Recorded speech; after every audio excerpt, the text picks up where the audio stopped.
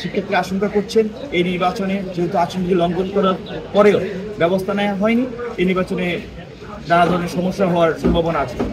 তো আজকে পবিত্র জুম্মার দিন এখানে নামাজ পড়েছি। তো এখন নামাজে স্বাভাবিকভাবে আমার হলের যেহেতু আমার বন্ধু, আমার ছোট ভাই, বড় ভাই সবার সাথে এমনিতেই প্রতিবারই কথা হয়, সেই কুশল বিনিময়ের অংশ আমি মনে করি যেটা আমার স্বাভাবিক জীবনের অংশ, এটা প্রচারণার অংশ নয়। কারণ আমার হলে আমি আমার হলের বন্ধুদের সাথে দেখা করবো, এটা খুবই স্বাভাবিক। আমার হলের যে সিনিয়র নির্বাচন করবো দেখে তাদের সাথে কথা বলবো, এটা কিন্তু আসলে মানে এটা কিন্তু আসলে বাস্তব নয়। সেটা যেমন। আর একটি বিষয় হচ্ছে নির্বাচনের যে প্রচারণা, সেটা অবশ্যই যখন শুরু হবে তখনই আমরা আনুষ্ঠানিকভাবে প্রচারণা করবো।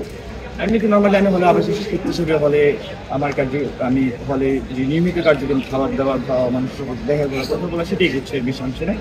আর এমনিতে আমরা মনে করি যে ঢাকা বিশ্ববিদ্যালয়ের শিক্ষার্থীরা তাদেরকে যোগ্য নেতৃত্ব হিসেবে বাছাই করবেন, যারা বিধিনিষেধ মানেন, বিধিমালা মানেন, আচরণবিধি মানেন। আমরা নির্বাচন যেই আচরণবিধি আমাদের আছে সেটি আমরা দেখেছি ইতিমধ্যে বেশ কয়েকজন লঙ্ঘন করেছে। তো তাদের বিরুদ্ধে প্রশাসনকে এখন পর্যন্ত কোনো সুস্পষ্ট ব্যবস্থা নিতে দেখিনি। বিশেষ করে মনোনয়নপত্র উত্তোলনের দিন বেশ কয়েকজন স্লোগান নিয়ে সেখানে হাজির হয় এবং নামে নামে স্লোগান হয়।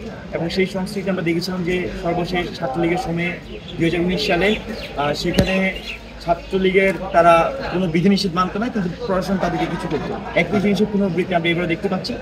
তো এবারের ডাকসু নির্বাচনে 9 সেপ্টেম্বর ইলেকশন যাতে সুষ্ঠু হয় সেই কামনা আমাদের থাকবে। তবে এখন পর্যন্ত শিক্ষার্থীরা আশঙ্কা করছেন এই নির্বাচনে যেহেতু আচরণবিধি লঙ্ঘন করার পরেও ব্যবস্থা নেওয়া হয়নি, এই নির্বাচনে নানা ধরনের সমস্যা হওয়ার সম্ভাবনা আছে। আর একটি বিষয় এই বিশ্ববিদ্যালয়ের শিক্ষার্থী আপনাদের মাধ্যমে আশ্বস্ত করতে চাই, আমাদের এখানে জুলাই পরবর্তী সময়ে এসে ক্যাম্পাসে আমি পার্সোনাল একটা বিষয় নিয়ে কাজ করেছিলাম যে ফ্রি ইন্টারনেট সার্ভিস নিয়ে। তো সেটা কাজ করতে গিয়ে নানা ধরনের বাধার সম্মুখীন হয়। সর্বশেষ প্রশাসন BDCL এর একটা ইন্টারনেট ব্যবস্থা এখানে বাস্তবায়ন করে। কিন্তু আপনাদের মাধ্যমে শিক্ষার্থীদের বলতে চাই, আপনারা যদি আমাদেরকে আপনাদের প্রতিনিধি হিসেবে নির্বাচিত করতে সহযোগিতা করেন, সেক্ষেত্রে ঢাকা বিশ্ববিদ্যালয়ে স্টারলিংক আনতে পারবো আমরা, এবং স্টারলিংকের মাধ্যমে সবাইকে ফ্রি ইন্টারনেট সেবা দেওয়া সম্ভব।